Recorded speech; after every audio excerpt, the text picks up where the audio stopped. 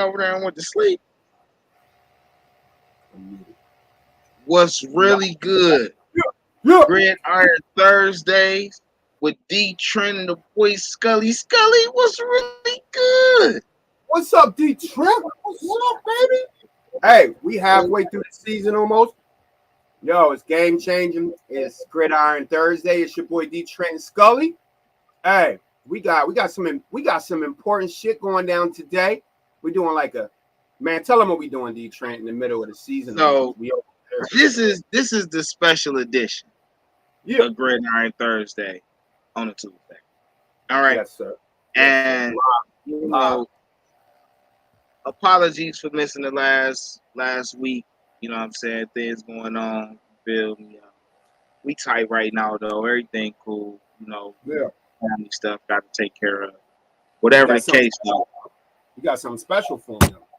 It's been exciting. So on this special edition, we hitting all the hot button topics. Okay, we talking about not only the standout players up to week 7 and standout teams. That's good and bad. All right. We talking about player trades. We talking about coaching.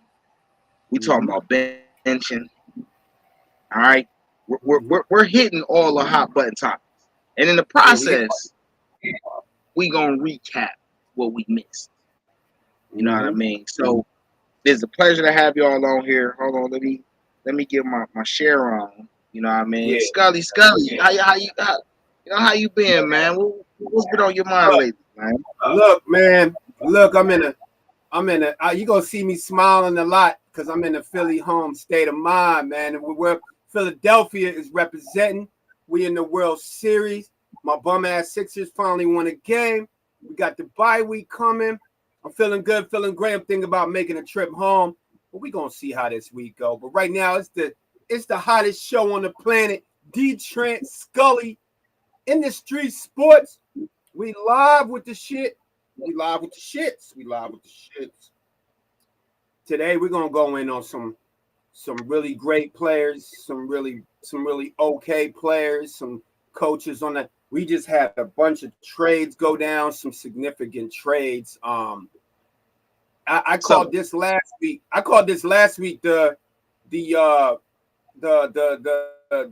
This was the shocker week. This was the shocking week last week. I call that the shocker week. Silk the shocker week, Dee Trynt. The shocker. Yeah, it was. Man, the last couple weeks been so crazy. Yeah, the upset. Last 2 weeks have been upset weeks for real. You know, it's been bigger than just football. I mean, you got the owners beefing. You got locker rooms beefing. You got star players losing playing time. I mean, like it's really getting there, man. Like it's turned up. Wait, so hold on. Before we get into the scripted, I gotta ask you about the owner. All right, Dan Snyder came out reported that Dan Snyder, the owner of the Washington Commanders, is likely to be voted out and forced to sell the team in the upcoming offseason. Prior to that, he dropped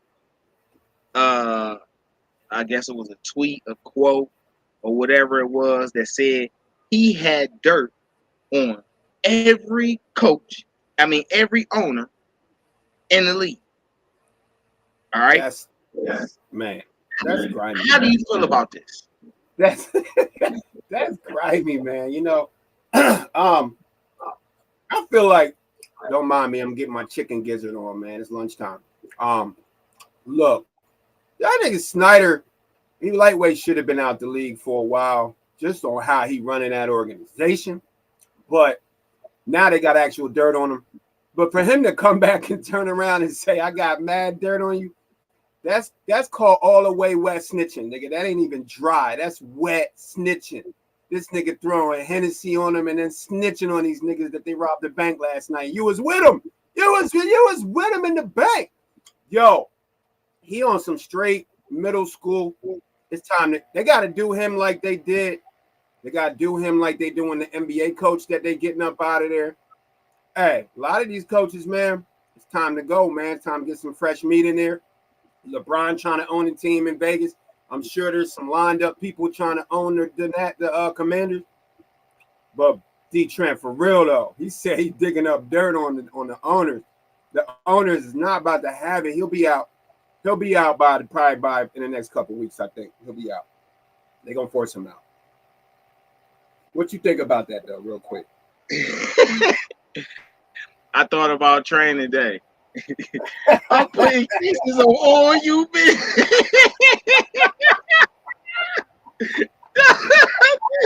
Yo, that's funny. Yo, that shit was on the other day, man. I always catch that movie at the same part when they chasing each other through.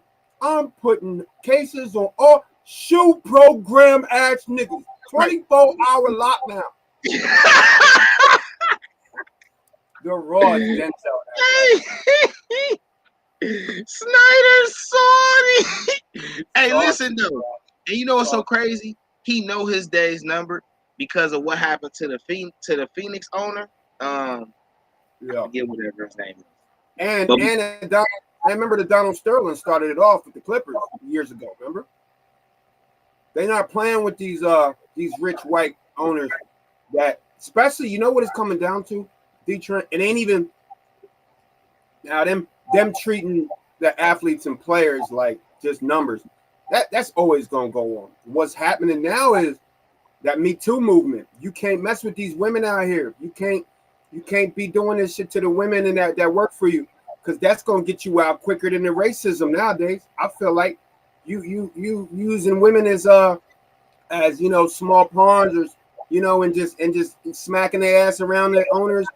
You can't do that no more. I don't care how much power and money you got. I feel like that's what's getting him. That's what's gonna get him out. Once the women start coming against you, it's over, bro. Me Too movement. That's my girl.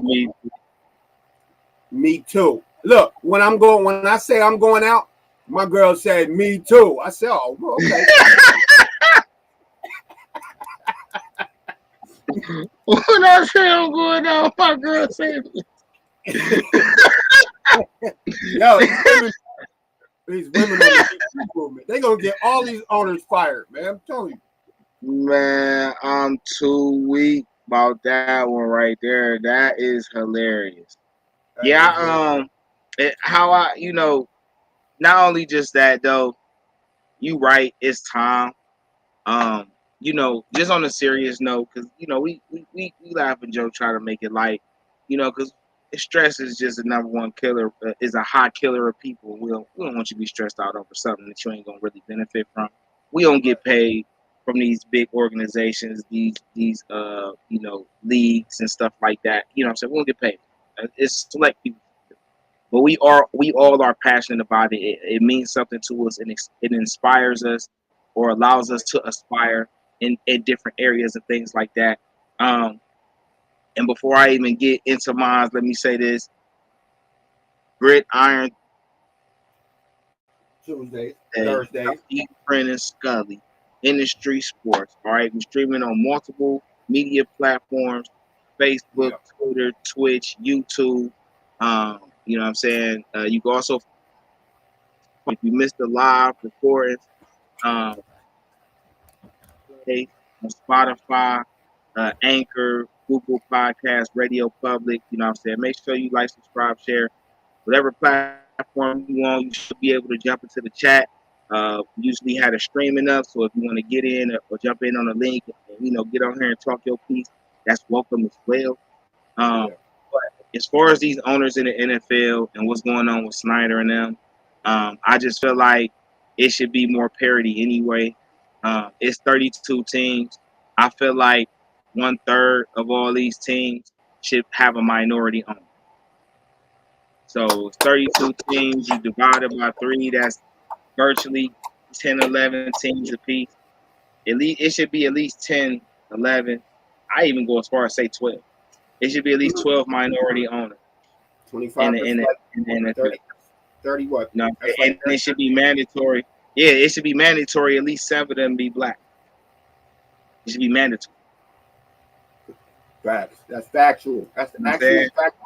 That's dropping gems on them. That's putting a spark to them because the time is So now, man. You know? you know what I mean? The league gonna expand. Each league gonna expand. That percentage should stay the same. At least 33% to 35%. I'm gonna say 35. At least 35%. No, we just gonna say 40. 40% of Let's the say league. 30. 40% of the league should have a minority owner. All right. And Mm-hmm. because minority nowadays don't just mean black folks. All right. Yeah. Color. At least 60% of that 40 should be black owned. So like we just said with the Snyder thing, hey, NFL, if you're listening, fans, we make this league go. Without our money, without our purchasing, nothing moves. Let's move. Let's push for more minority owners. And on top of that, I see a lot of female assistant coaches and coordinators. Hey, females know football too, bruh. A lot of them. Let's get some more females up in there because a lot of these dudes don't know what the hell they doing. So let's change That's up the real. game, man. It's that time That's it real. is. Yeah, that's real. Hey, That's Dee real. Trynt, let's jump into some standout plays. Hey, they standing up and they standing out here. Let's jump into some AFC, NFC, all NFL quarterback tops right now. Standouts. If you had to give MVP, we giving MVP awards right now. And we doing wait. So listen, right now, is we doing MVP at each position? Like how we doing the standout? We just gonna go back and forth and do each standout like that? You know what I'm saying? Or is we doing that and we picking who we think is the overall best so far out of the bunch? Let's go standouts in each position overall in the NFL. And then at the end, let's wrap it up with how we feel when we make our points. We rack it up with the MVPs then. All right, let's do that. All right. So Patrick Mahomes. All right. Listen, I gotta talk about Patrick Mahomes first, y'all. I'm so sorry. He is not the quarterback for my team. Technically, you know, I shouldn't even like him as it is. But what he did to my team, his team did to my team a few years ago. But it is what it is. Patrick Mahomes leads the league in passing at 21.59. He also has 20 touchdowns. So ratio-wise, for every 100 yards or every 115 yards, he throws a touchdown. And every 400 yards, he throws the interception. So for every 500 yards and 4 touchdowns, he throws 1 pick. That is crazy. Amazing. That's amazing. Okay. I just feel like, you know, the Chiefs are 5-2. We always talk about how they you know, how they defense don't really hold up like we think they should. You know, we talk about how the running game, you know, isn't as supportive as one would like it to be, but how power offense that is. But my brother, they just keep that the way Patrick Mahomes do it. I mean, the brother is just listen. He got back in the old Patrick Mahomes form against these 49ers. You know, with their new addition. We'll talk about their new addition in a second. You know what I'm saying? But Pat went 423, 3 touchdowns and a pick, 1 sack. Okay. He had Juju Smith-Schuster and Valdez Scouting both over 100 yards. You know what I'm saying? That's crazy. And then the week before that, in week 6, wait.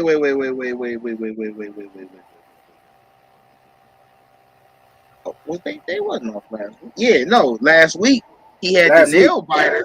He had the nail biter with Josh Allen. You feel me? And he still put up 38. You know what I'm saying? He still had 2 receivers over 100 yards. So I played Josh Allen in the Bills. And then he beat that 49ers defense up the other day, bro. Woo! Yeah, He beat that defense up. And So, don't forget what he did to the Bucs defense the week before, the Bills. yeah. Tom Brady had no chance because he couldn't stay up with Holmes. Bro. Yeah. And he doing this again. Nobody's seen this coming because Tyreek Hill is supposed to be the most unguardable. That's the reason why he's great, because he's got Kelsey and Hill. He is looking better, Dee Trynt, without Tyreek Hill, because he's spreading the ball. Everybody's into it. And, man, he's a machine. Hey, I call him a machine out there, bro. They say Conway's the machine. Patrick Mahomes is the machine, dog. Woo! It's the machine, boy. Yeah. Who you got next? That's one of the AFC joints. Who you got? So look, we're gonna try to go in order. We're gonna try to make this so we won't jump around. We're gonna go in order. So since the Bills, since you just talked about Mahomes beating the Chiefs, or Mahomes beating the 49ers and then beating the Bills, I'm gonna go with Josh Allen. That matchup with Mahomes and Josh Allen 2 weeks ago was magical. The playoff series was magical. I don't know who you take. I really don't know who you take. I don't know all the stats on Josh Allen. I don't need stats on this dude. All he does is win. He's a fighter. He's the toughest quarterback in the league. He's unguardable because he's a runner and he's a power runner, and will run over your best tackler and your biggest tackler. He got a cannon for an arm, maybe the strongest arm in the league. He's in a system that goes around him, fits him perfect. He's got a number one receiver in Diggs. He's got weapons around him. Josh Allen, bro, like at the end of the day, he's going to get multiple Super Bowl rings. It's already coming. I don't know if it's going to be this year because of who you just named for him, but man, Josh, that is A1 and A2 right there at quarterback right now. That is the future of the league for the next 10 to 15 years is Josh Allen, Patrick Mahomes. Anytime they duel, and especially if they get down in the playoff deep in the AFC Championship, they might set another rule. Like, hey, this team's setting rules like every team gets a ball in the overtime because the game was so good. You got to get these two quarterbacks the ball in the overtime, and they changed the rules because of one game. I'm going to go with Josh Allen as my standout second best quarterback on that list. Maybe number one with maybe number one. Hey, so look though, well on the stats on Josh, right? Josh done threw 1,580 yards so far, right? He got 4 interceptions, right? Mind you, he was off last week. They had 5. All right, so he getting refreshed, rejuvenated, and coming out of week 8, man, he probably gonna be looking at put his mark on things, man. But he is an animal, bro. He might put his foot down on somebody's neck this week. Okay, so I'm as an AFC North guy, I don't like talking about other teams in that division in a respectable manner. Why you think I'm glad I ain't got to talk about Dak Prescott and them? Keep going. You know what I'm saying? But I will give Joe Burrow some love. Joe Burrow, he didn't start off the season great. But man, listen, these last couple weeks, bro, what he just did to the Falcons in this performance, okay, where this man then put up 481, 3 touchdowns, all right? He got Boyd with 150 off 8 catches, Chase with 130 off 8 catches and 2 touchdowns, all right? Running game wasn't too crazy, but between him and Mixon, they was able to put up about 88 yards, so it was enough. But, I mean, they smoked the Falcons, but they beat them by 18. It was crazy, all right? And then the week before that, young JoJo, hold on. Yeah, don't do me like that. Yeah. The week before that, they pulled it out against the Saints, where young JoJo saw it look like he was finding his groove back, 300 yards, 28 for 37, 3 touchdowns. You know what I Right. mean? Running game ain't do too crazy, but Chase did go for 7 catches, 132 and 2 touchdowns. You feel me? So Joe Burrow, man, like, listen, they definitely went to the Super Bowl last year. We all seen it. Okay? We Hey, did. and don't look. Yeah. Gridiron Thursdays, Special Edition Tuesday, Dee Trynt and Scully. You know what I'm Yeah. saying? Whatever social platform that you doing this on, if you see the Yeah. link in the chat, you want to get up, go on there to come up. Or if you just want to comment, always comment in the chat. Twitter, if you doing from Twitter and you chiming in, we may not be able to see it up here, but I should have put the link up for the YouTube, so you could definitely hit it on the YouTube side. You know what I'm saying? And you know what I'm saying? Be able to, so your comments could get seen, man. We're going to work that out to see why it ain't happening like that on the Twitter side. But I love my Twitter, and they always Twitter. show me love. Yeah. You know what I'm saying? Twitter love. What up? What up? Hey, look, before I go into number 4, man, look, that picture, that's another reason why I like Joe Burrow. Look at the swag on that white boy. Nick got look at the chain, look at the turtleneck. He out there. I mean, he's from Ohio, though. He playing at home. You know what I'm saying? Yeah, you right.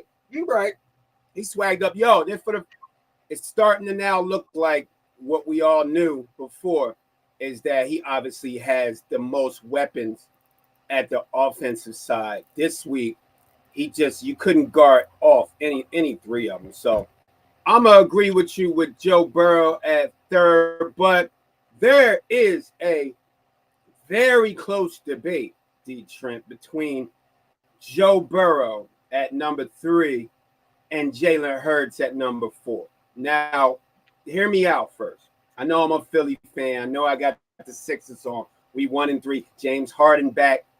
He looking like himself, but that's a different episode and a whole different show. You know what I mean? But the only reason why I give you Burrow at 3 is because of the receiving core and the numbers. And when you look at the numbers the other day, Jalen Hurts hasn't near put up them numbers. We talking, remember, this is an MVP race we're talking about. MVPs mean wins. So at 6-0, he really could be at number 1, but we can't do that. And he can't put him against Josh Allen. You could. But at Joe Burrow at 3, right there at number 3.5 is the undefeated and no mistakes. Let's just say that first.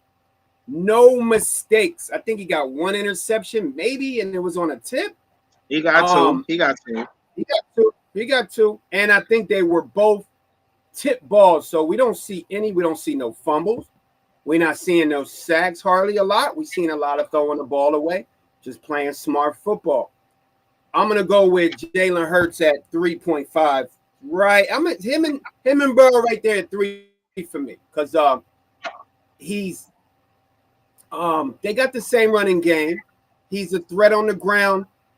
Burrow is not a threat to me on the ground. I think the 2 biggest threat quarterbacks, the 3 biggest threat quarterbacks right now is Lamar, Jalen, and Josh. Although I do want to throw out, as watching the game last week, big ups to Justin Fields and the Bears finally putting some offensive scheme around him. He had 100 yards rushing almost last night. He coming too, but that's on another, maybe on the young players coming up episode. But I'm going to put Jalen there because he's undefeated. He's learning to get the ball to AJ when he needs to, but not force feeding him. He's giving the ball to Devontae, but not force feeding him. He's using all his weapons. He's not making no mistakes. He's playing with a great defense. And you talk about swag. I don't think there's another quarterback in the league got better swag than Jalen, because when he lose, he take it on the chest and on the face. When he win, he give it to the teammates. This boy is going to be something special. We glad to have him in Philly. All the Jalen haters fall back because he's at number 3 with Joe Burrow, Dee Trynt. How you feel about that, Dee Trynt? Man, you a homer. You a homer. That's how I feel. Oh, wait. I give Jalen his credit though. Hold up, and he coming off fresh like Josh Allen, so we got fresh legs. So go ahead, you could go ahead. You a homer. That's where I'm at with it. You a homer. But it's with respect though. You know, when you take care of business week in and week out, you earn the right to be able to talk at a certain level. You know what I'm saying? Like it just is what it is. Right. But Jalen, to me, where I give him kudos at, is his leadership. I don't hear nobody on that offense complaining about getting the ball. I don't hear the line complaining about him holding the ball too long or putting them in the positions where they look bad. Right. I don't hear the defense complaining. Actually, the defense is making it their business to get him as many opportunities as he possibly can get. So, you know, I don't have a thing for Jalen being your 3.5. Even though I feel like, you know, we talking MVP, more with less has to matter. And as bad as he's 6-0, you know, his stats don't reflect like the other three ahead of him. Right. And his impact don't reflect like the guy that's after him. Which is, I want to go to that guy. I want to switch divisions on. You know, we talking about a quarterback in the NFC East. Let's talk about a quarterback in the NFC West that ain't really getting a lot of love as he should. Okay? What about Geno Smith? My fantasy quarterback. What about Geno Smith? Okay. He getting love from me. I mean, Geno, no, you good. Geno Smith. I'm just happy he's on my. Whoever would have thought that Geno Smith, you would say you happy to have Geno Smith on your fantasy team. Everybody ever seen this coming with after replacing Russell Wilson? Never. Geno Smith has started every game this season.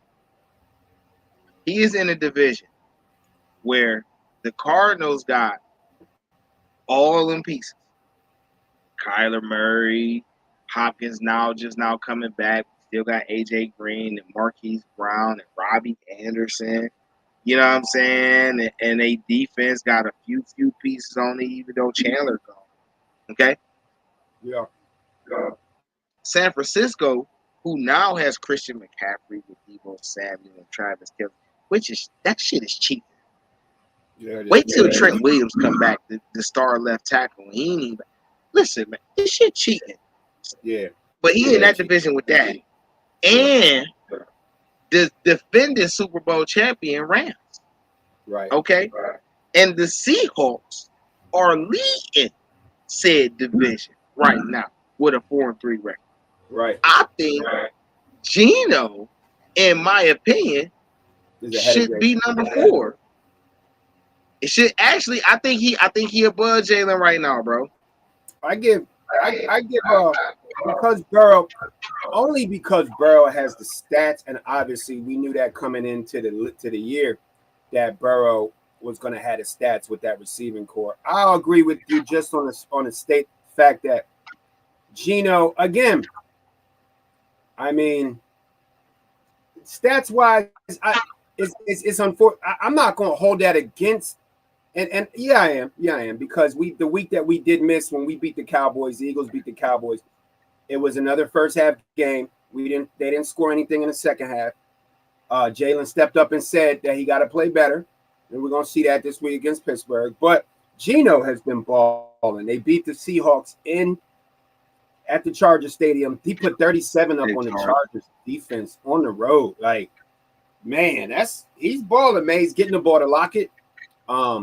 Metcalf is down right now, but Metcalf has kind of he hasn't been putting up the numbers that he's supposed to, but Geno's steady. He's 31 receptions, 418 yards. He's been steady. He's steady. He like those are AJ Brown numbers. Minus the couple touchdowns. But I'm gonna Geno lost his starting running back. Yeah. And now his backup doing crazy. Oh, Kenneth Walker the third is a heat. he had an amazing week, man. Like I think he was the NFC. He was obviously the offensive player of the week for far as You know who he remind me of? Who? You know who his running remind me of? Who? Walker? Who? LaDainian. Oh yeah. He remind me of a. Yeah. I can't say he not as strong because I just seen him do some strong stuff in these runs, but I think he's faster than LaDainian. Oh, that's because LaDainian was quick. Faster than LaDainian. I think you're right because LaDainian was quick. He wasn't fast. He was quick. He was quick. Yeah. People don't understand the difference between quick and fast. Lamar is fast. Josh Allen is quick. You know what I mean? Like that part. Yeah, Lamar is when he get going. Even though I would say Lamar unicorn. Lamar quick and fast. Yeah. You're right. He quick and fast. Like he be again. I don't want to be talking all highly and shit about the AFC. You know what I'm saying? I ain't really into that. You know what I'm saying? Gridiron Thursdays, special edition Tuesday, Dee Trynt and Scully. You feel me? We putting a spot. No, but you know, Gino. I feel like he got to get some love, man. Gino, hold on. We got to do this. And for those that I missed, right? Jalen Hurts stats, right? 15, 42 in 6 games. All right. That's passing yards. He got 6 touchdowns throwing, 2 interceptions. He also got 5 touchdowns rush with about 200 yards. So look. And that is why. That's why. That what you just said right there. I'm glad you brought them stats up. That is the reason why Jalen will always be up in the top echelon of quarterbacks because he's not asked to throw like Mahomes and Josh. He's asked to make the play, make the best play. Are you gonna just don't turn over the ball, make the best play? 6 touchdowns in 6 games from your quarterback. Like that's a whole nother. The only other person that brings that weapon is Josh Allen and Lamar Jackson. That's it. So that's why I feel like Gino's there, but I feel like Gino is just under Jalen because Gino is not that he's not that he can get away. Gino's quick, but he ain't no Jalen Hurts running. Now listen, I'll give this credit. Gino done played one more game than Jalen. All right. So we got like 31 more completions. Gino was at 1,712 yards, 11 touchdowns, 3 interceptions. All right. He got a QB rating of 107. Bruh. I'm just saying, bro. Like Gino took a lot of years of flack. Deceiving. That's what it is. The Giants, beating the Jets. You know what I'm saying? That's what it is. So I just gotta show him some love. Hey, look, we got love. We got love for Gino because we know what that man been through, and he deserves all the credit. You had Gino. Okay, so we got 1, 2, 3, 4, 5. Last quarterback. I guess he's on the board. There's a picture of him. Hi. Let me take a deep sigh here. The picture came up. The picture's up. Holy got the picture up. So I Holy got the picture. I mean, listen, I'm gonna let you take Kirk Cousins because he's not my 6. So I'm gonna let you take that. Oh, that's interesting. So yeah, Kirk Cousins, right, has led the Vikings to a 5-1 record. Now I will give credit, right? But at the same time, I gotta say he's doing what he's supposed to do. Because he's in a division where Chicago's still trying to figure it out, even though they're 3. And Green Bay still trying to get, Rodgers in sync with this new receiving regime, and they're 3. All right. The Vikings at 5-1. They also in the division with Detroit. And Detroit, ain't no sloucher, but they ain't talent level overall, they ain't really there with with a lot of the league. You know what I mean? But at the same token, though, right? Kurt Work been putting in that action. All right, 6 games, right? They was off last week. 6 games, 1,500 passing yards, 9 touchdowns, 5 interceptions. All right. Justin Jefferson been going crazy. That defense been playing like they need to play. Well, you know what I'm saying? And the one game they lost, they really should have won if it wasn't for the little receiver, the receiver at the end when he allowed the Saints cornerback to take the ball back. You know what I mean? So the Vikings could be 6-0 right now. You know what I mean? Yeah. They was my pick to win the division. You know what I'm saying? It looked like that's holding up right now. But I think Kurt Work deserves some love, man. They 5-1 in the NFC. That's supposed to be tough. It's already got 2 6-win teams in it. You know what I'm saying? It's majority of the rest of the league is at or around 500. You know what I'm saying? So who your 6 if it ain't Kurt though? That's who I'm. And I'm not saying Kurt isn't. He definitely would. MVP means most valuable player. That means leading your team to wins along with stats, and that's what he got. He 5-1. They could be 6-0. He's under the radar because that's Kirk Cousins' career. So, you know, I'm looking down. I'm looking down the list. 2 weeks ago would have been Lamar Jackson, but you know how the NFL goes. It's an up and down season. If I can't find nobody that there's nobody that really stands out, I want to give some credit to Lamar, and I feel like we're missing one. But okay, so if you say we missing one, right? If it's one, you had to throw one more in there besides Lamar. Who? If I had to throw another quarterback in here. For that 6 and that's just going off. In my opinion, man, it would have. I ain't gonna lie, bro. It's got to be Tua. That's what I was looking for. That's what I was looking for. I was looking for because you got to think. It's got to be. Go ahead. No, go ahead. No, because remember, right before the concussion. He set Dolphins records and put up 6 touchdowns, and we can't hold the concussions and the missed games. We can't really hold that against him because before he went out, him and Lamar Jackson were the hottest 2 quarterbacks in the league. And Tua, he looked good against the Steelers. You can tell he wasn't all the way back, but man, the first 2 drives they were looking like machines again. That's who I was looking for. I feel like. Yeah, Kirk Cousins gets his love, but minus the 2 games that Tua missed, I'm taking Tua as the MVP as the number 6 over Kirk Cousins. All right. The quarterback. Go ahead. Go ahead. Wait, go ahead. But number 6 what? I want to hear that. No, what I was trying to say was when you get down to the numbers, I feel like once you get through 1, 2, 3, maybe a debate with 4, then you get to 5. Once you start getting to 5 and 6, you could start flipping people in and out. I won't debate that. Yeah. You know what I'm saying? And it's still a long season. It's only 7 games in, 6 games, so it's still, 10, 11 games left. Yeah. You know what I'm saying? Depending on the team.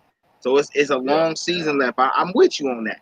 One of these quarterbacks or somebody that's not even on the list can come out and have a 500, 600 passing yard game.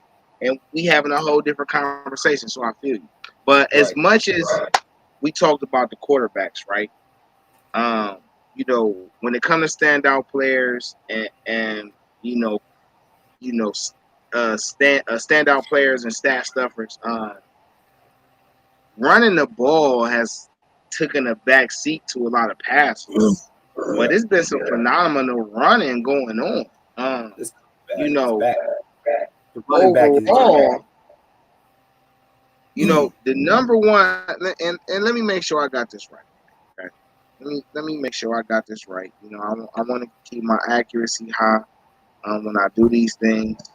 Um, when it comes to running the ball, right? Yeah. A lot of guys, a lot of people in this league feel like this guy hasn't gotten enough touches yet. This guy leads the league in rushing yards on a team that we'll get into the team of it later on. Yeah, we'll But get it. My guy Nick Chubb has 740 rushing yards off 126 attempts, 8 touchdowns. He got 8 rushes over 20 plus yards. He's got 1 over 4. All right. Wait a minute. Right.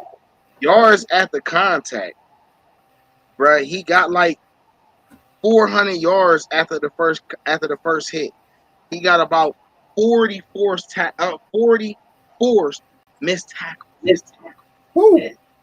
We be chubbing. But he's on a 2-5 team. We be chubbing. We be chubbing. Everybody likes when that girl say something. Don't do nothing. And it ain't nothing wrong. Hey, when you go in the club, hey, y'all don't be stealing my song, man. Hey, Hooli came. Hey, Hooli, I see you, boy. You ain't trademarked that yet. We be clubbing. Hey, bro, they always be jacking me, bro. They just stole my mouse, Gilsaurus Rex. I just be looking like, it's crazy out here, man. It's all good, though. Do your thing, though, man. Yeah, get back to that Nicholas Chubb. Hey, we got to give Hooli his props because he birthed that. We be chubbing.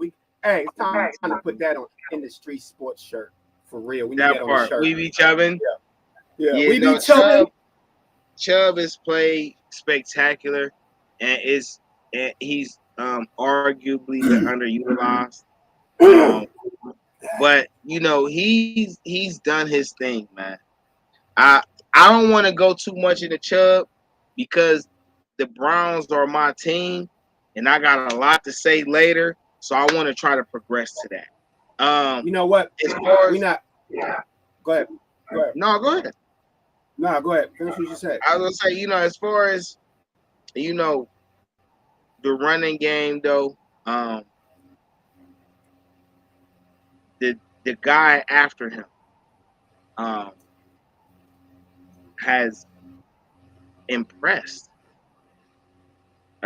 He's playing like where he was drafted at, in my opinion. What do you think about this guy? First of all, Chubbin, he is the lone bright spot on that Browns squad. Until we see Deshaun Watson, Chubb, they need to just go ahead and give him more money. Just keep. Man, we just gave him $36 million. We just gave him $36 million. Give him more because he's the only reason that you need to watch the Browns right now. Like, period. Like, he is. He don't fumble. He's he's one of the hardest runners in the league.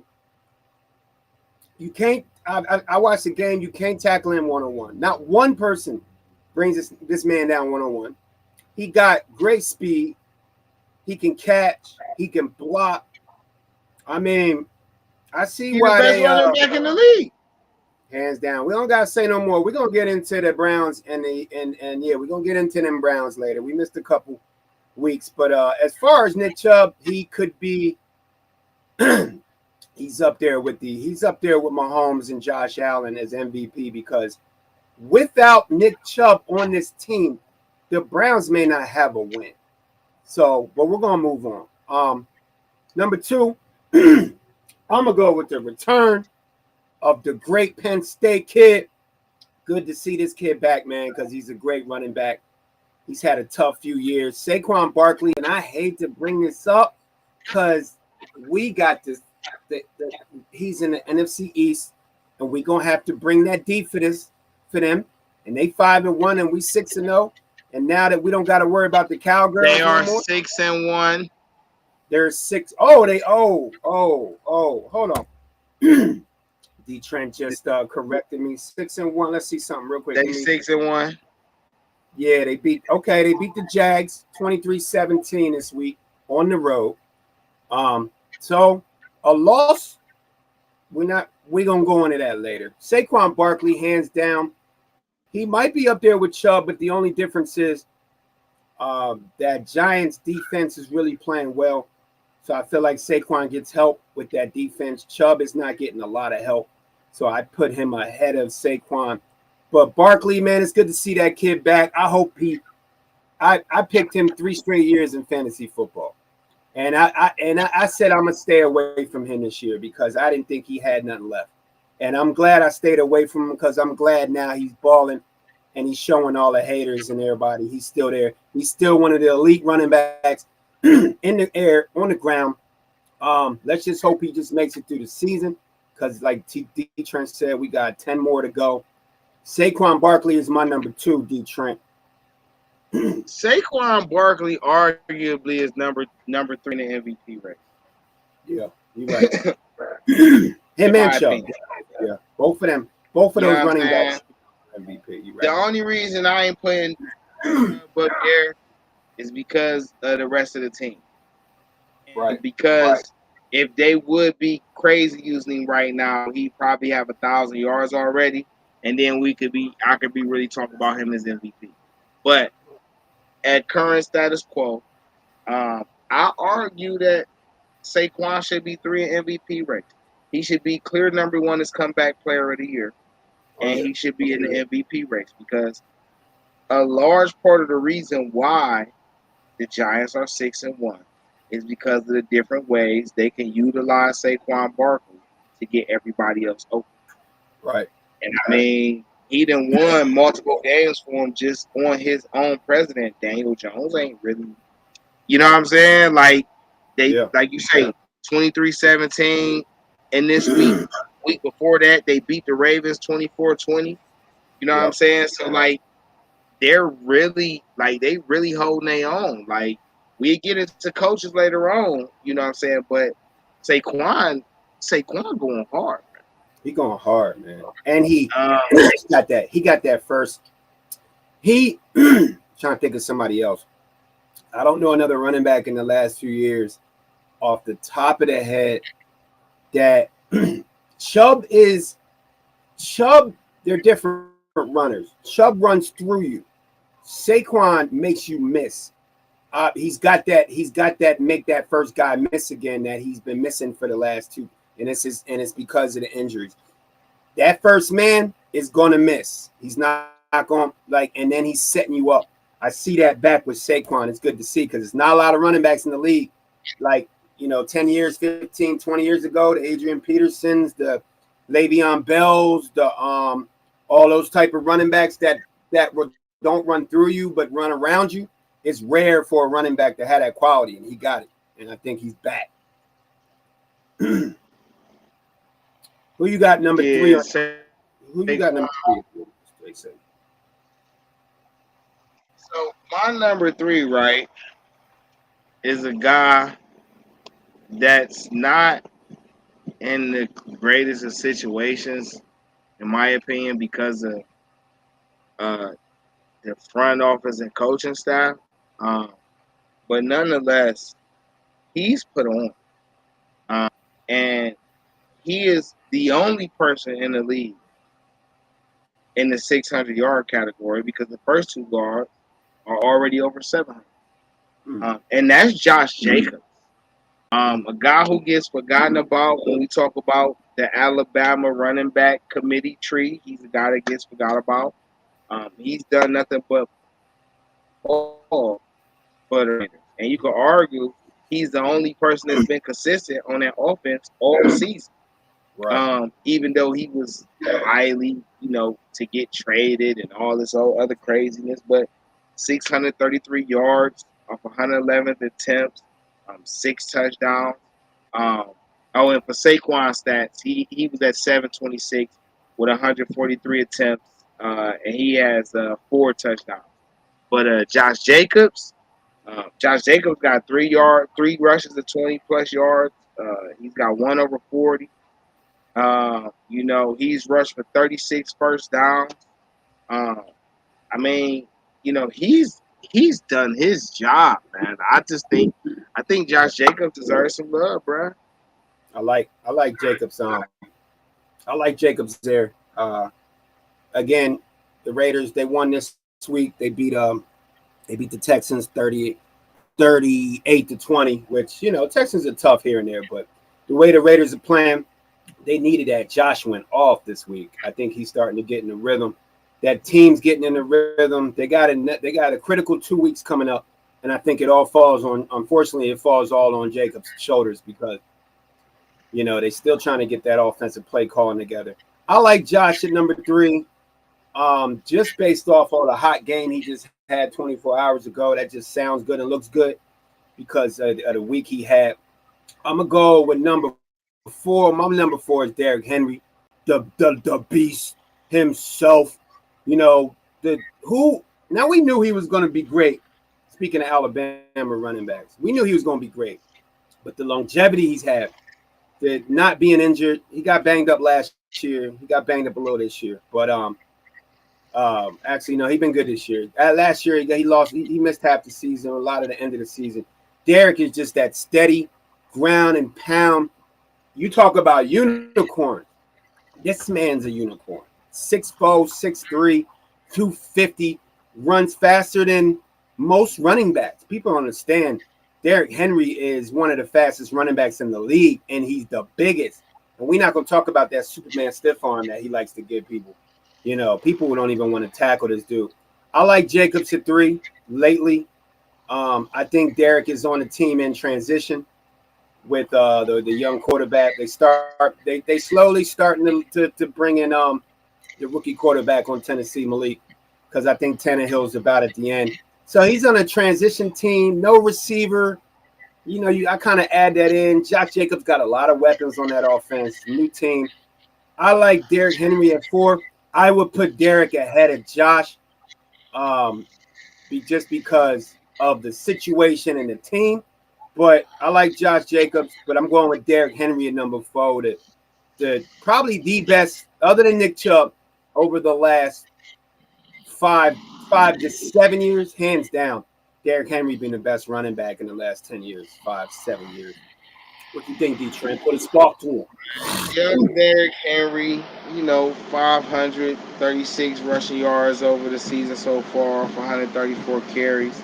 He's got 5 touchdowns, 3 rushes, over 20 plus yards. You know, the Titans are starting to really turn the corner. They're now leading the division, which I still think is the worst division in football. And that's just there's no shade to them, but I just compared to the rest of the league, it's the worst division in football. I mean, somebody got to be the worst in the division, right? You know what I mean? But they're starting to emerge. You know, Derrick Henry is Derrick Henry, man. I think you summed it up. You know, Derrick Henry is who he is.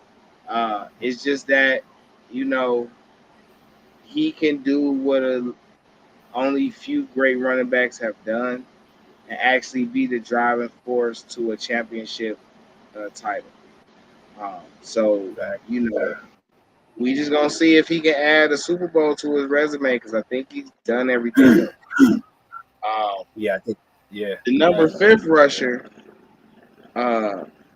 in this category is a guy that you mentioned that probably should have been in the quarterback category.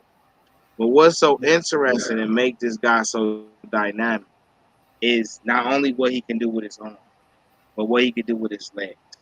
And he is the 5th leading rusher in the league of 66 carries. That's crazy.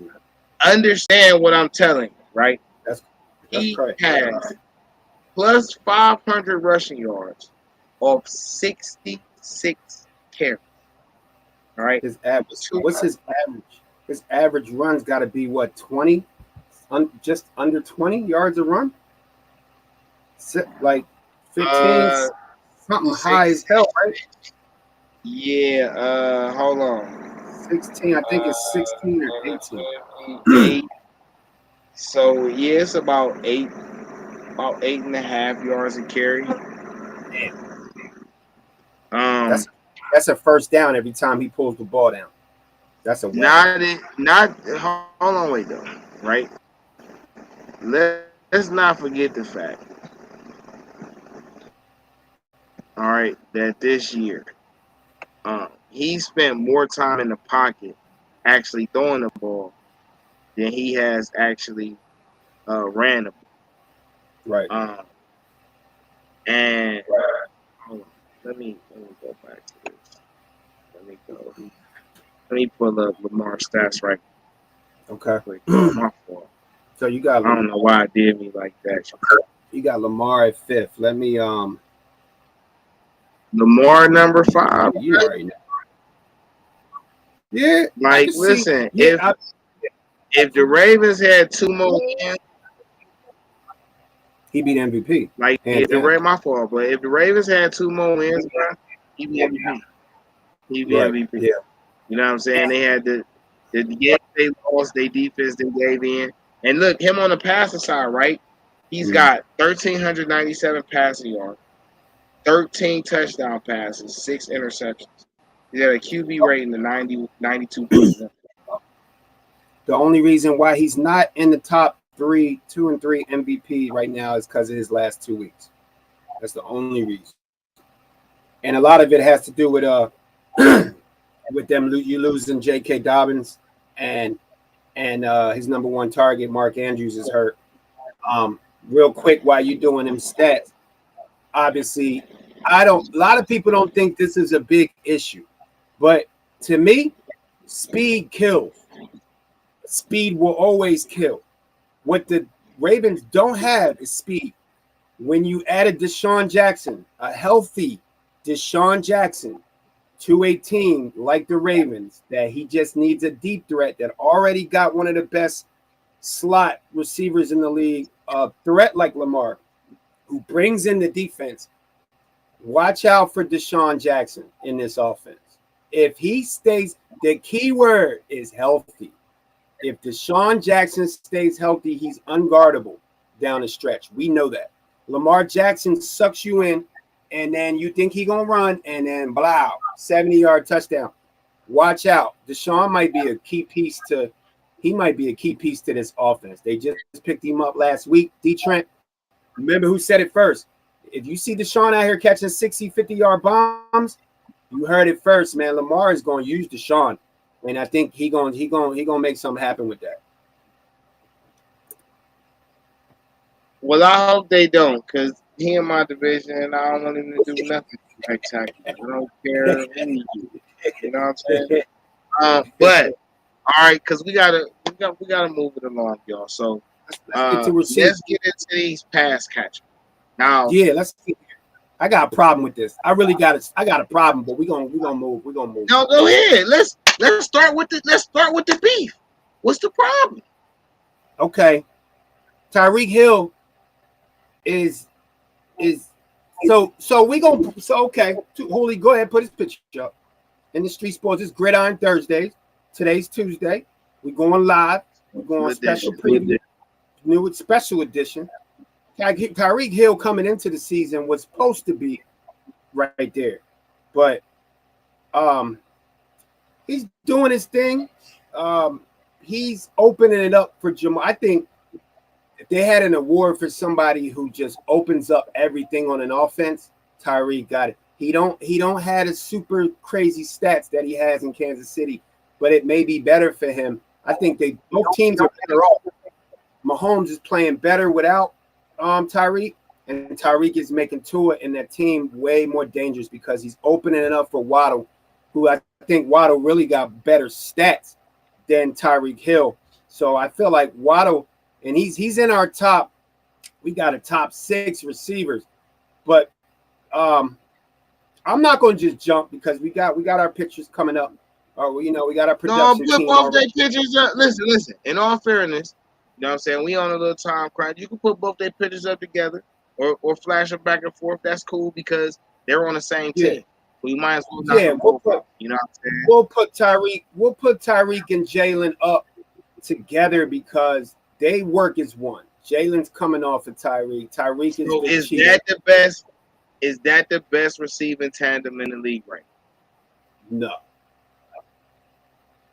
I'm going to give you two players. First of all, I know what you're going to say. I already know what you're going to say. No, it's not. Because if it was, that Steelers game wouldn't have been that close. I know the Steelers got a strong defense with Minka Fitzpatrick in them. But if that was the best receiving core in the league, healthy, is probably the Bengals receiving core. Okay? What? Yeah, it's probably the best. The second best receiving core is probably the Philadelphia Eagles. Let's just call it what it is. Yes. The third best receiving core in the league is Tyreek and Jalen Waddle. Let's just call it. Bruh, hold on, man. No, you're not getting off with that. I'm glad we got into this receiver debate. Hold on. Can we get a side by side of Jalen? That go Jalen right there. Let me tell you something. There we go. You just seen Tyreek up there, right? Hold on. Hold on. They're not the best receiving tandem in the league. Okay, listen. Tyreek's stats right now, with Tua being out for 2 weeks, is still 57 receptions. He leads the league in yards with 773. He only has 2 receiving touchdowns. He has 12 catches of 20-plus yards, 3 catches of 40-plus yards, and 31 receptions for a first down. Jalen Waddle has 23 less receptions than him and has 140-something, like 42 yards under what he got, okay?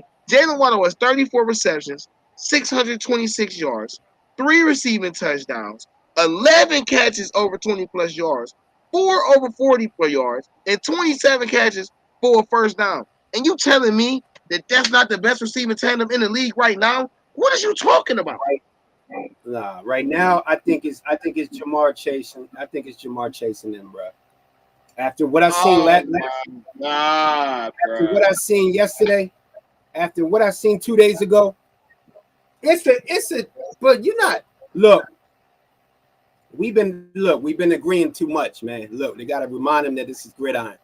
We've been agreeing, everything been kosher. We ain't been arguing. We got to argue about this one because stats make sense. Them stats making sense. Like Tyreek is doing what Tyreek do. We all seen this happen, and we knew it was gonna open it up for a while. And we knew, and Tua's missed 2 games.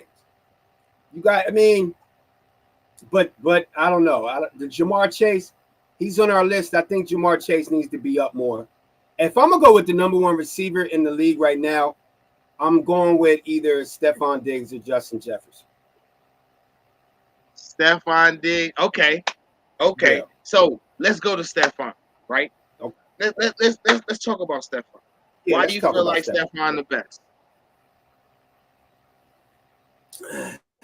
I feel like because Tyreek and Jalen are both number 1 receivers, I feel like the Bills got solid receivers.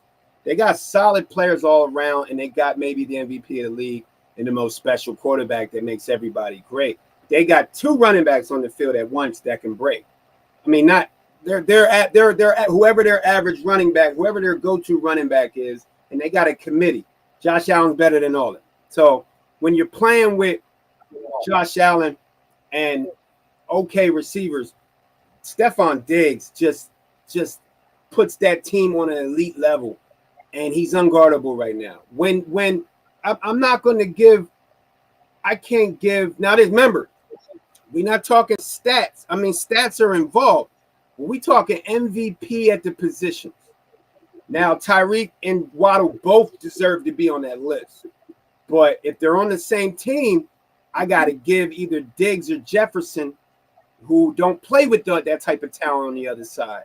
I got to put that's not fair.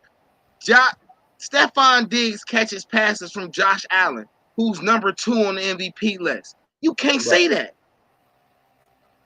Let's be honest. Tua was 6 honorable mention on the list, right? As far as quarterbacks go. He's 6 on the list. Okay. 7. Okay. Stephon Diggs is literally catching passes from arguably the number one quarterback in the league right now. What are you talking about? He doing what he's supposed to do. What we talking about? And guess what?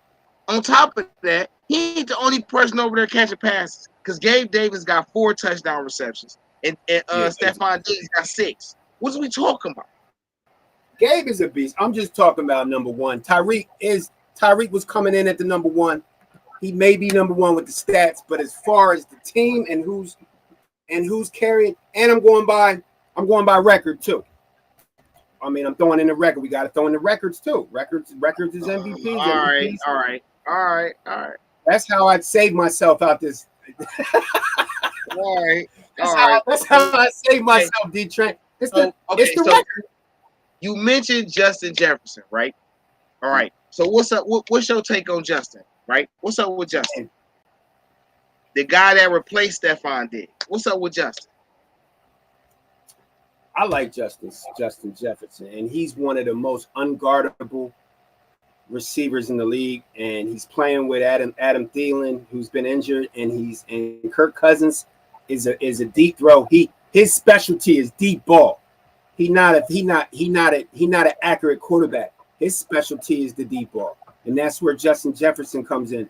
And I think Tyreek at 1, okay, Diggs at 2, Justin at 3. Yeah, I can see Justin's there. Might I add,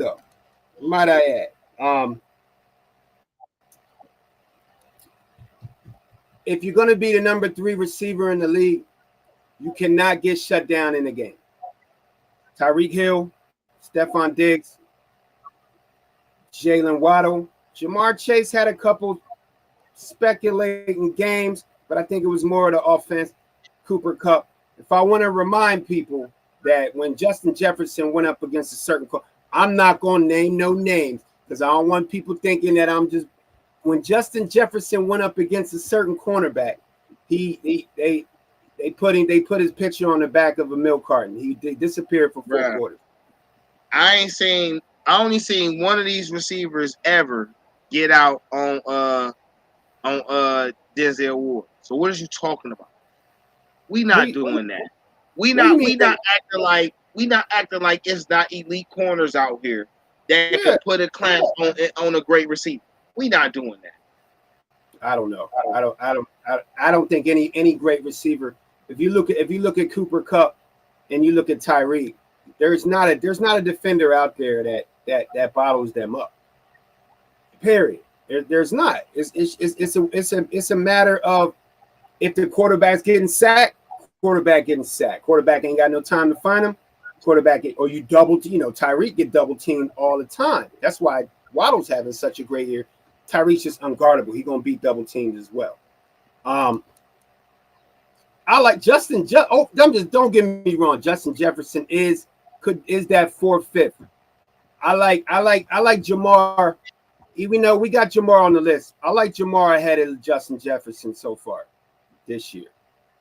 Jamar's had 2 huge games. One last week. I think one he just had, every single receiver on the Bengals squad had a great. But then last week he did 7 catches for 132, 2 touchdowns. Matter of fact, while we're doing a wrap up, we going into this special edition, but we still need to recap on some things. He was my offensive player one of my standout players back-to-back weeks. Last week he was so I'm gonna put, even though we got Jamar Chase on, I'm gonna put Jamar Chase slightly over Justin Jefferson at number. So we had right now we would be at number 4 behind Justin. I'm putting him at 3, Jamar Chase, and I'm putting Justin Jefferson at 4. But yeah, let's give Jamar Chase some love. Let's put Jamar up there at number. Let's put Jamar. Dee Trynt, how you feel about Jamar being there at number 4? No. You gonna put Waddle there? You gonna put Waddle there too, huh? Waddle, man, listen. Waddle as a number 2 behind Tyreek Hill has done his job. is, if not more than his job. Jamar Chase, as a number one, is just now starting to do what he's supposed to do. I have no knock on him, but I'm not going to give him credit in 2 weeks of work that God's been doing all year. So Justin Jefferson been smoking shit since game one. He came out the gate smoking shit the first 3 weeks. All right. Stephon Diggs came out smoking. Tyreek Hill and Waddle came out smoking. Cooper Kupp came out smoking. He's arguably been the most consistent out of all of these receivers all year, and his team playing at 500 barely. That's why I think now that you said it, I guess we should put Cooper Kupp. I think Cooper Kupp could be in that top 3. Now, I won't argue that. Cooper been killing. It don't matter how inconsistent that offense been, or the running back been, or the defense been. Cooper Kupp been putting up numbers every game. Oh yeah, ever since last year, ever since his MVP year last year. Yeah, his whatever they called it. When he hit, what do they call it? When he got, what do you get over? Well, you get it's like a trifecta or some shit he did. I don't know what he did. Oh yeah, the Triple Crown. Yeah, receiving touchdowns and receptions. Right, he's still on that.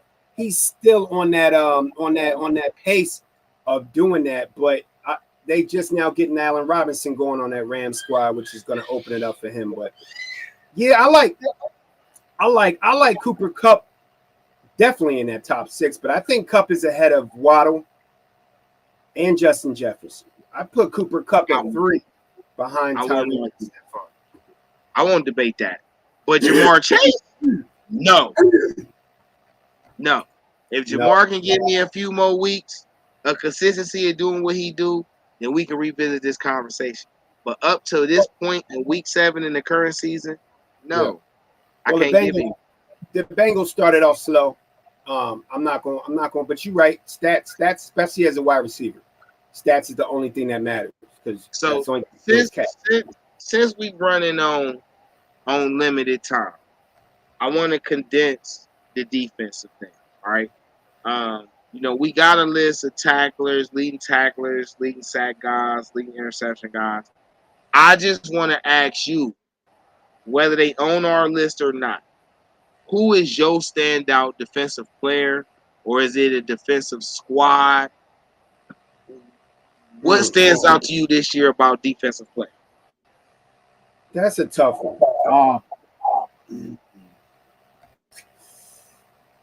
That's a tough one, Dee Trynt. That's a tough. You gotta man, you only feel how you feel from what you know.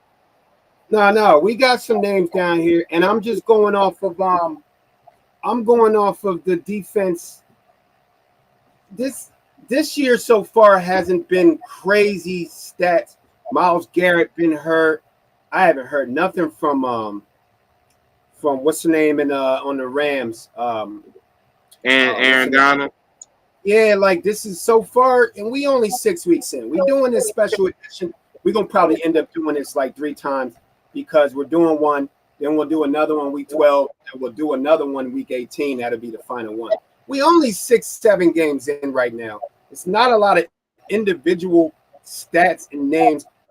So the only thing I can really go by is the overall defense and then pick a player off that defense. Now, I'm not going to start with who I think has the best defense in the league because you already know where I'm going to go with that one. So I'm going to go off something that I never do because I'm in a good mood. The Phillies is in the World Series. The Sixers won their first game. I'm going to give the Dallas Cowboys some respect and some props for holding it down while Dak was gone because this team could easily be 2-5, 1-6. This defense is for real. Michael Parsons is that dude, man. Michael Parsons is a phenomenal player, man. The best linebacker in the league right now. And he's also a defensive lineman. I'm going to go, if I'm going to throw some teams out there, I think the best 3 defenses in the league, 2 of them are in the NFC East. I think the Buffalo Bills defense, obviously, adding Von Miller is a big one. That Philadelphia Eagles defense, that's the only reason why the Eagles are 6-0. The only reason. Let's just keep it real. As much love as I give Jalen Hurts, this team has not played a game in the second, has not scored, has not balled in the second half. They're able to play one half of football because that defense shuts down the entire other half.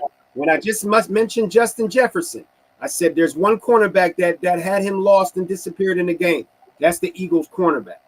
I'm going to go with the Cowboys and the Eagles and the Bills as my top 3 defenses. And if I had to go for those players, the individual players, Jordan Poyer for the Bills, obviously a baller. Michael Parsons, Nick Bosa kind of got hurt a little bit. I can't even pick one guy off the Eagles.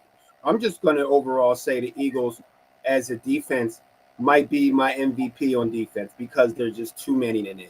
They're just and they still haven't played any of their rookies yet, and they're just now starting to make an impact. So Dee Trynt, I can't really call out individual names because nobody's starring yet. Roquan Smith has had a great year, but that's my call on it. I'm gonna say my MVPs on defense either is gonna come from the NFC East and the Cowboys and Eagles, and I'm gonna throw the Giants in there too. Another team defense. Like this is the year so far, I think. Great team defense. Giants, Eagles, Cowboys, Bills. How you feel about that? I feel like the Vikings defense need more love. Facts. I feel But again, total. You can't wait. You can't name no individual. It's a team defense, right? Yeah, but they got Xavier. Did they get Rose back? No, they got Harrison Bryant. Harrison Smith. They still got Danielle Hunter down there. Like it is a collective though. Anthony Barr still over there. Like they still. But so as far as team defenses though, like the Vikings, I'm gonna show love to a team we ain't mentioned like that, and that's the Jets. The Jets defense has played great. I mean, C.J. Mosley's back, Carl Lawson back. I think they lost a guy, like they rookie, Joe Johnson. I think he's out for a second. But Quinnen Williams and Quinnell Williams is playing. Sauce Gardner might arguably be the defensive rookie of the year right now. Sauce Gardner's nice. He's nice. You know what I mean? For a team that lost Marcus May and traded Jamal Adams and, came back and did what they did, we could argue it's been a little luck, but they played to the best of their ability. And I just feel like, the Jets defense has stood out to me. The Vikings defense stood out to me. And as far as individual players, I gotta give Roquan Smith some love. For all we've said about Chicago, they're 3-4. And Roquan leads the league in tackles right now with 78. That's crazy. And then Matthew Judon, former pass rusher, that was with the Ravens, is now with the Patriots. I think Matthew Judon has done exceptionally well leading the league right now with 8.5 sacks. So those are 2 guys that stand out to me.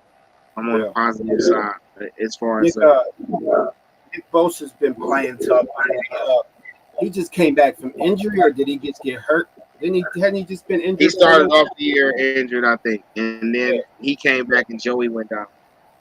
This is the what's funny is, and it's starting to remind me of the Golden State Warriors of the Kansas City Chiefs are starting to remind me of the Golden State Warriors of football, because like we said, this is how I'm gonna tie this together. It's not a lot of individual great defenders this year so far. We just named 2 of the best, 2 number 1 and number 2 on Madden defenders. Both of them have been disappeared. 1 from injury. 1, I'm not sure what's going on in with the Rams. But it's a year of team defense, but it's only 3 or 4 team defenses. It's not a lot of defense in this league. Like, I don't know, is Patrick Mahomes that good? Is Travis Kelce that good? Where how many times did we come up with player of the week, Dee Trynt, and then we came up with the terrible players of the week? And I always name a defense, the Raiders defense, any defense that plays the Chiefs. Nobody understands that Travis Kelce's going to get the ball. Double team him, bruh. Like, when we talk about defense, we got to give a lot of props. And I'm glad you said the Jets, because that's why they're where they're at. The Eagles, the Giants, the Bills, even though they got Josh Allen, that's why that might be the best team in the league. But there is no defense in this league, man. The Chiefs, they just run down people. You already know who's going to get the ball. You know what I mean? It's third and goal. You know Travis Kelce getting the ball. Don't double coverage him. You got slow linebackers guarding Travis Kelce. So big ups to the team defense. We can't name you named Matthew Judon, Michael Parsons. I'm gonna give love to that Eagles defense. I'm just gonna say the Eagles defensive line, Roquan Smith. But other than that, man, it's been team defenses, and that's why if you look at the teams that got team defenses, they're the best teams in the league right now. Giants, Jets, Eagles, Bills.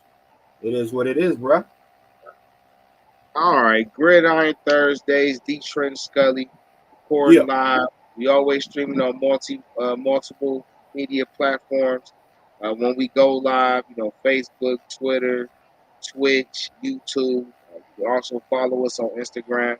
If you miss us live, you can catch the replays on Spotify, Anchor, Google Podcasts, Radio Public, and various other streaming platforms as well. You probably podcast.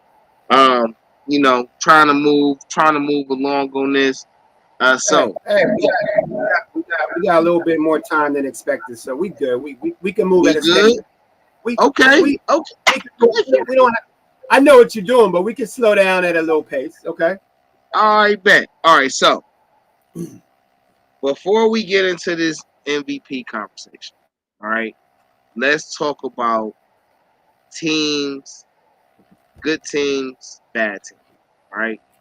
On this list here, I put down teams that have won at least 5+ games in 7 to 6 opportunities.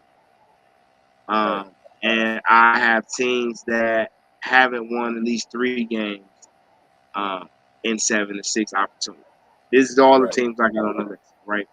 So, we've talked about every last one of these teams at least once up to this point. I will ask you, AFC and NFC, who are your 2 standout teams from the AFC and NFC up to this point? And what do you think their chances are of making it to the Super Bowl? Okay. So 2 teams from the AFC, 2 teams from the NFC, right? No, one. We can do 2 if you want to do 2. We can do 2. We can do 2 if you want to do 2. Okay. We'll set up an NFC AFC championship. How about that? Okay.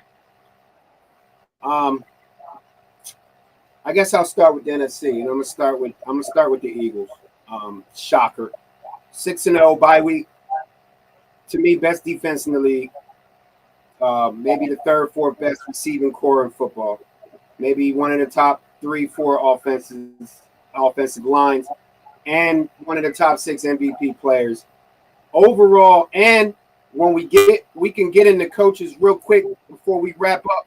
But Dee Trynt said something about Nick Sirianni, and I said, I'm not a big believer in playing one half of football, but you got to give Nick Sirianni his credit. When I put all that together, I think the Philadelphia Eagles are the best team in the league. And we got some games coming up. So yeah. So if I had to pick another team in the NFC, it's tough. Now we're adding in some couple key ads this week was Christian McCaffrey. The Panthers are just dumping. They starting over. They dumping their players. They starting over. They trying to start fresh with a new regime, new coach. Matt Rule's out. McCaffrey goes to the Niners. He comes back home to San Francisco. A lot warmer. That field's a lot better to run on. And him in there. Remember when we talked about the NFC Championship, I said Philadelphia and San Fran. But I don't think there's a big as good as McCaffrey is. And let me see. I think did they win this week, Dee Trynt? I think they lost, didn't they? Oh, San Fran? Yeah. San Fran just got whooped. They got whooped. By the Chiefs.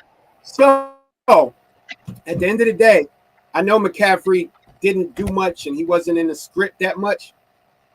Everybody's like what they said the Rams coach was like, McVay was like, oh shit on live TV when he saw that trade.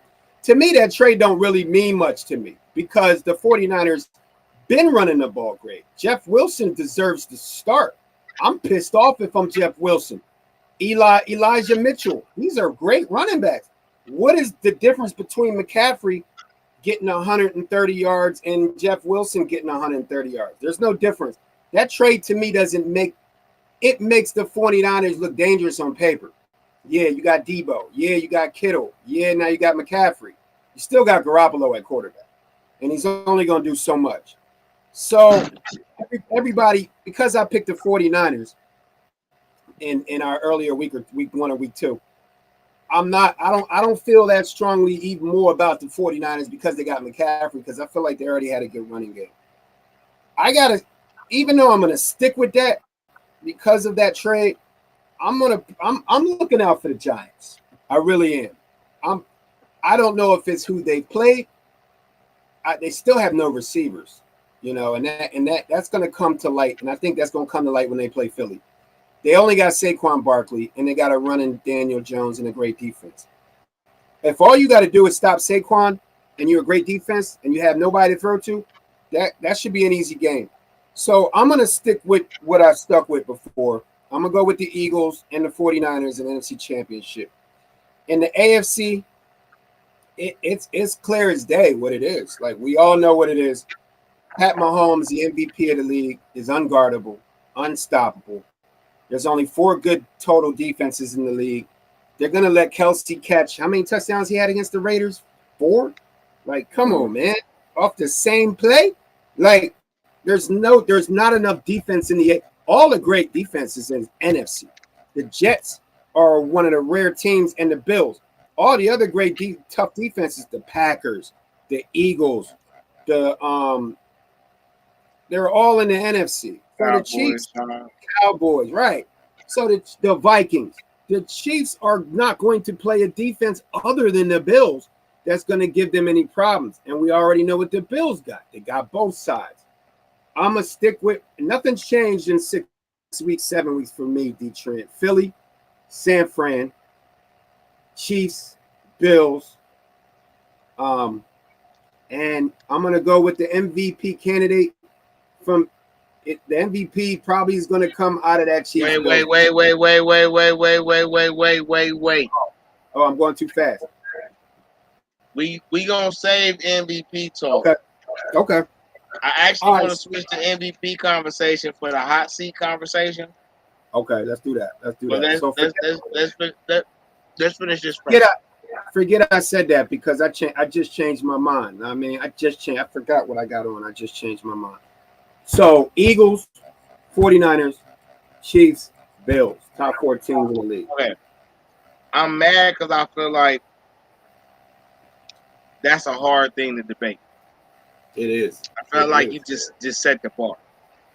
I mean, they are what they but thought. I'm going to say this, right?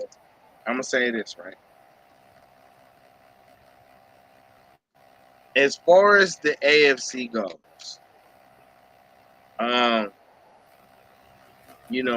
it's hard to argue with the Chiefs and Bills. But I gotta say, Tennessee is starting to come alive. They're not on the list. I don't know if the Jets can be like this a whole season. but I do Right. feel like they have enough veteran leadership on that team to actually sustain a nice run. Right. Could they be a problem for the Bills? That remains to be seen. But I will say Tennessee and Cincinnati still have something to say about the Chiefs and Bills getting those final two spots. And if I had to go on the NFC side, uh, I think listen, I think the Cowboys, Vikings, and Giants all have something to say about at least the 49ers getting.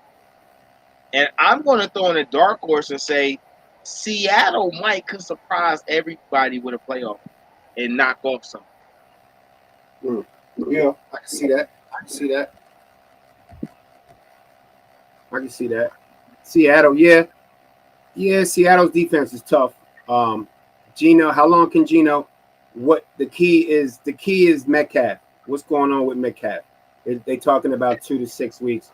That's a key loss. Even though he's not putting up the stats, he makes everybody else open because DK is still DK. So I feel like it does come. I see what you're saying, but we got to see what's going on with DK, and then I could believe that. The Jets, I guess we none of us are sold on the quarterback, but defense wins championships, man. They doing exactly what the Bears did last night. They finally realizing that Justin Fields is not going to throw 300 yards a game. That's not his game. Y'all don't have the weapons for that. Put an offense around the quarterback that makes sense and keeps the ball out of the other team's hands and play defense, and you'll win games. And the Bears did that last night against the Patriots, and that's what the Jets do so far. But they haven't played no real competition yet. We'll see in the next few weeks. So look, Dee Trynt, we're gonna run through this real quick. I want you to say bad or terrible. I'm gonna give you 5 teams. You tell me bad or terrible. Like terrible, just scrap the whole shit. Done. Be done with it. All right, we're gonna start. Let's start off with the Saints. Quarterback problems, injuries to Kamara. Kamara may not finish the year with this lawsuit he got on him. Saints 2-5. Bad or terrible, Dee Trynt? I'm gonna give the Saints a little love. I'm gonna say just bad. Okay, me too. I don't think they terrible. Yeah, I think they just bad. If you look at it, man, Andy Dalton's having a resurrection career, bro. Like he might be on the way. They're not even letting what's his name back on the field. Mr. Crablegs.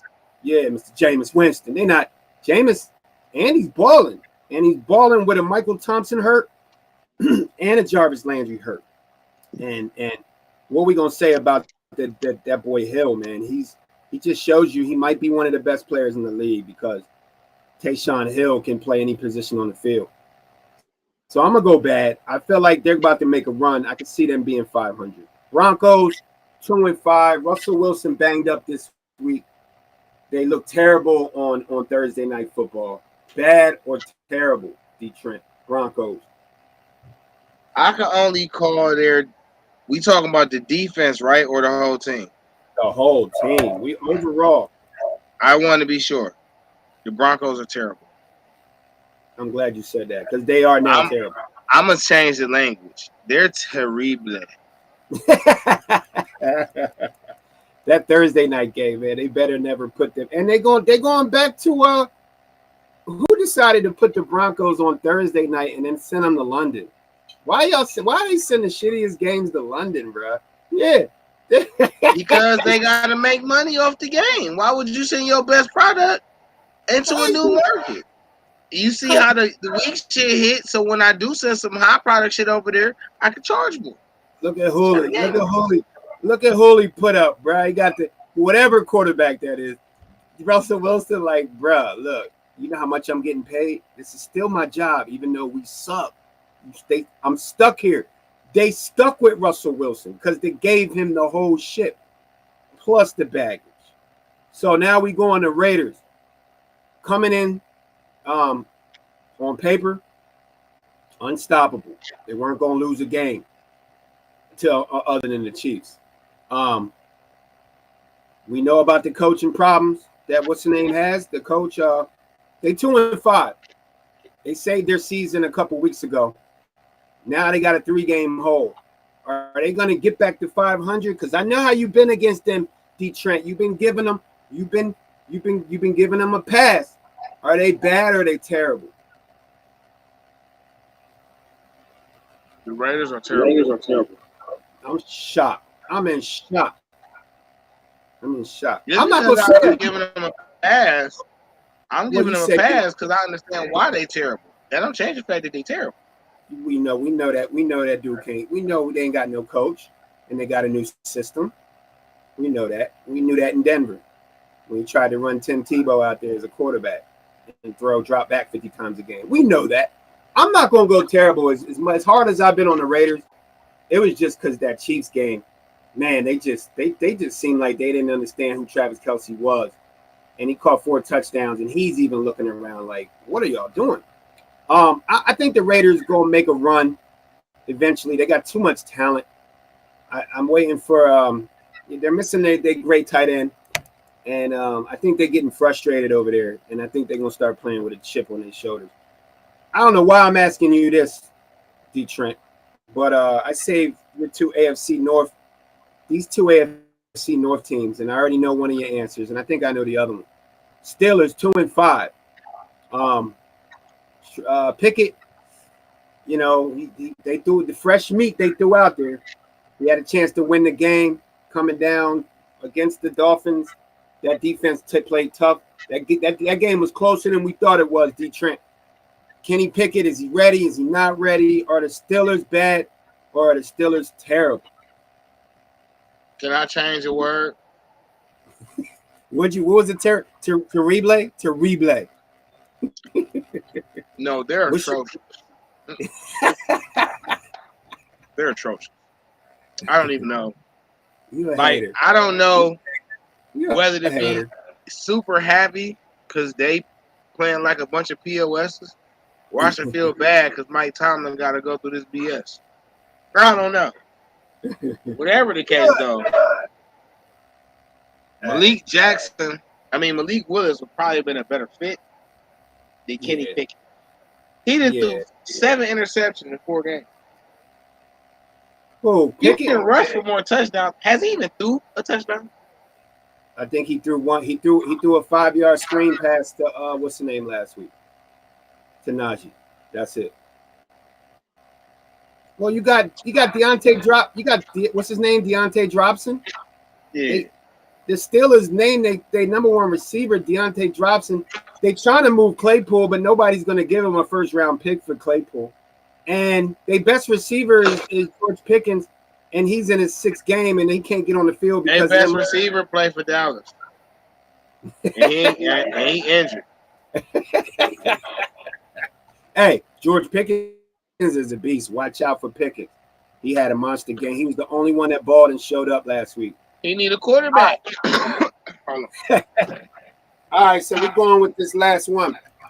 Browns 2-5. Man, I know you got the. You know what, Dee Trynt, what we can do? If we can, we might be able to. I might be able to chop this segment and then finish with the MVP and the trades and the players on trading block and the state of the Eagles and Browns, because I know you got a lot to say about your Browns, or you don't have much to say. Either way, Dee Trynt, he just coming back, bro.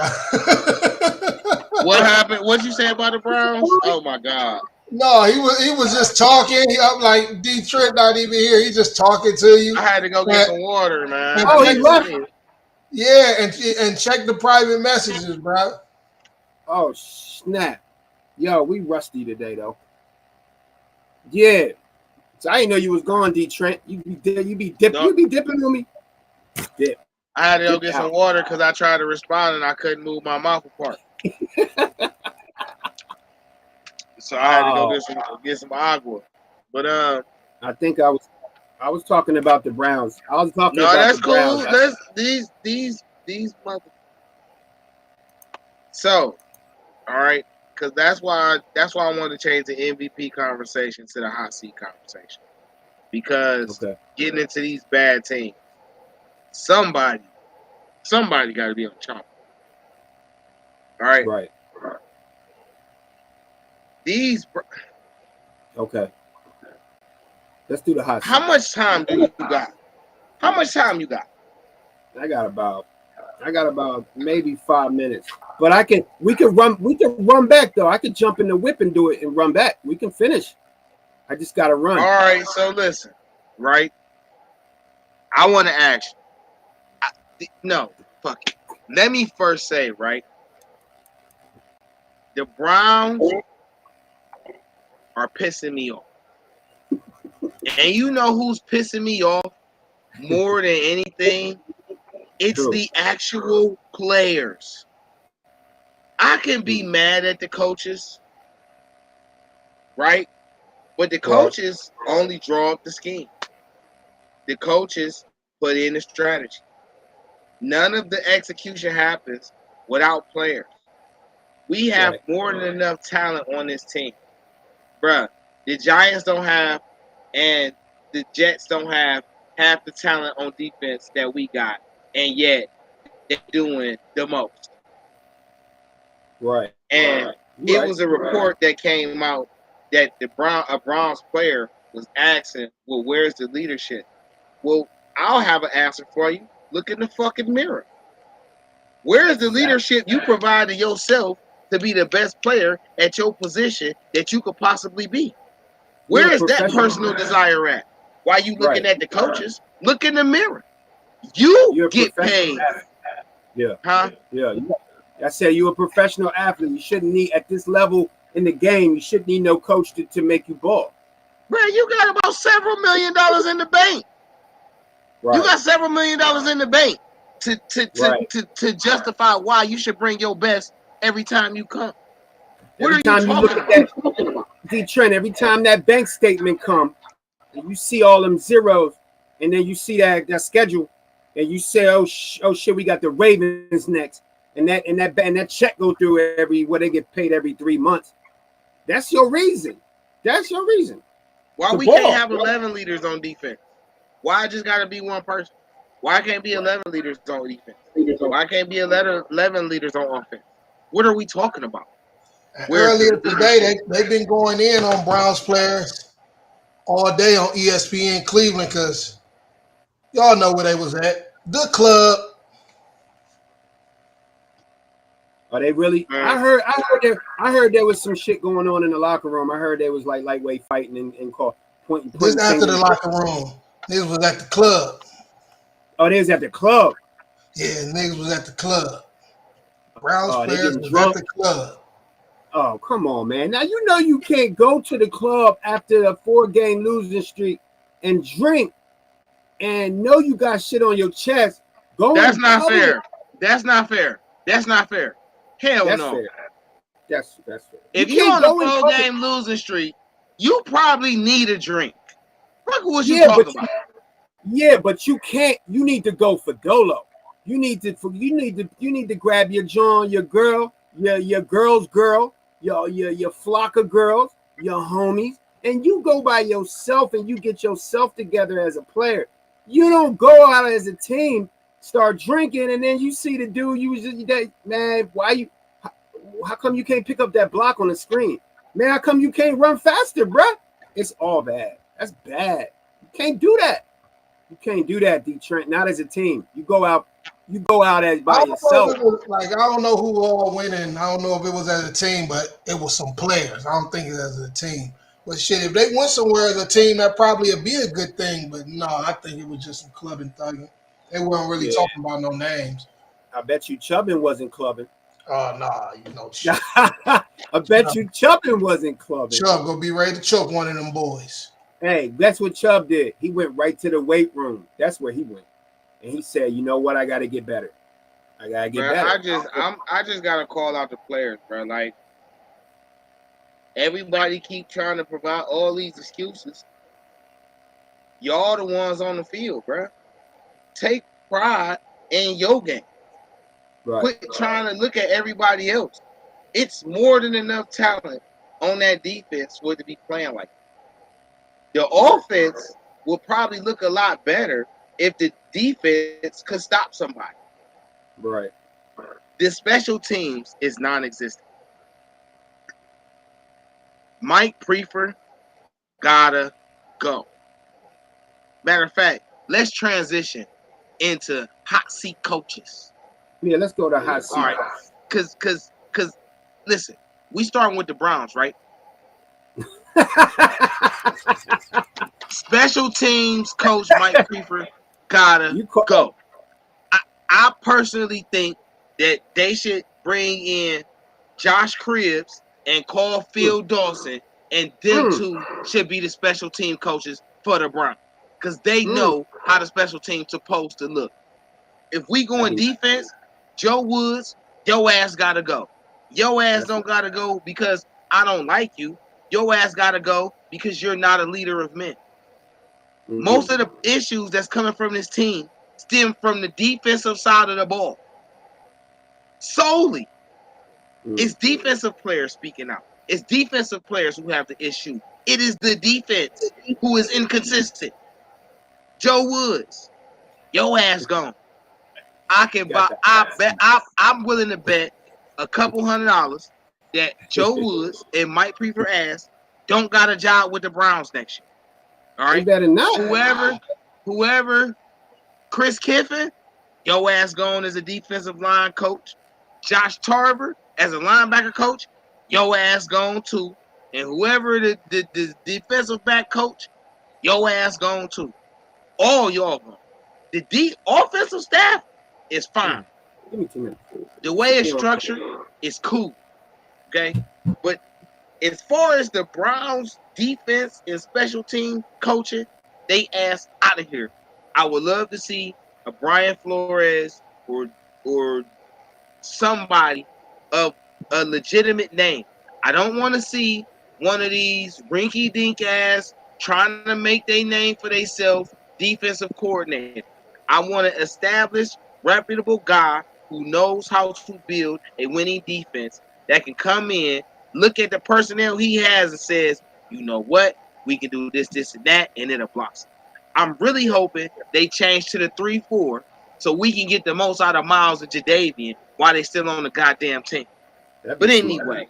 That'd be smart. Look at that hot seat. That hot seat burning up right now, man. Dee Trynt just threw some flammable flame on that hot seat. The only hot seat I got right now is, and any lightweight might have saved his ass last night, was Matt Eberflus from the Chicago Bears. How they sabotaging that boy Justin Fields out there. But right before we about to put him on the hot seat, that's how the NFL go. They come out, they beat the Patriots. Justin Fields balling, he running, he throwing everywhere. He not taking no hits. He's smiling. It's a new day in Chicago. So the hot seat gets a little warm, gets a little cooler. You know what I mean? Put some ice cubes on it, and then he lasts another week. So, but Matt Eberflus from the Bears, I'm glad he got his shit together and put something behind Justin. But it is 1 week. But them Browns, man, like you said, the hot seat is still on the screen. The Panthers already got rid of Matt Rule, so that seat blew up. It ain't even hot. That bitch blew up. And they done won ever since he got fired. That's why it's called a hot seat. So we got got anybody else on your hot seat? Is that the end? Did you got nobody else? Not really. That's all I really got. Everybody's kind of staying afloat right now. You know? Man, fuck that.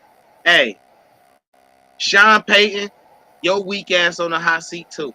You know why? Because you dealt with them weak ass, in transition ass Saint teams all this time, and now because Drew Brees ain't playing, you got a loaded ass team over there, and you don't want to fucking coach. Your ass on the hot seat too. I don't know why the fuck somebody even want to hire you after that bullshit you just pulled, but your ass on the hot seat, because if you was coaching, the Saints arguably be undefeated. That's how you a POS for that. I'm at your ass. You know who else on the hot seat? Whoever the fuck hired the Broncos coaching staff, your ass need to be on the hot seat. The GM or the owner, whoever the fuck it was, all y'all on the hot seat. Because why would you bring in this veteran squad and you bring in this weak ass coaching staff and you wonder why they 2-5?